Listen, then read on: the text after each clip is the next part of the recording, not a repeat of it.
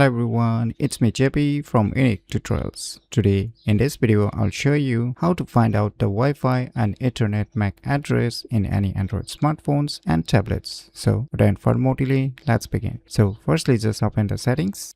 And now just scroll down below. Now you'll see here about phone, just click on it. Now here you will see status information, just click on it. Now here you will see Wi-Fi MAC address, so just click on it. Now you will see all the Wi-Fi connections that are available on your respective Android smartphones. So you can click on one of these connections and just click on this view more. Now you can see here the MAC address. So similarly you can check for the Ethernet MAC address also. So right now I don't have any Ethernet MAC address available since I don't have a connections right now. And you can check the phone Wi-Fi MAC address also. Here you can see on the above. So by using these cool tricks, you can easily find out the Wi-Fi and Ethernet MAC address in any Android smartphones and tablets very easily. So if you never known about these cool tricks, then you should definitely give it a try. So if you find this video tutorial useful, please click on the thumbs like button, and if you're new to our channel, click on the subscribe button. And lastly, thanks for watching.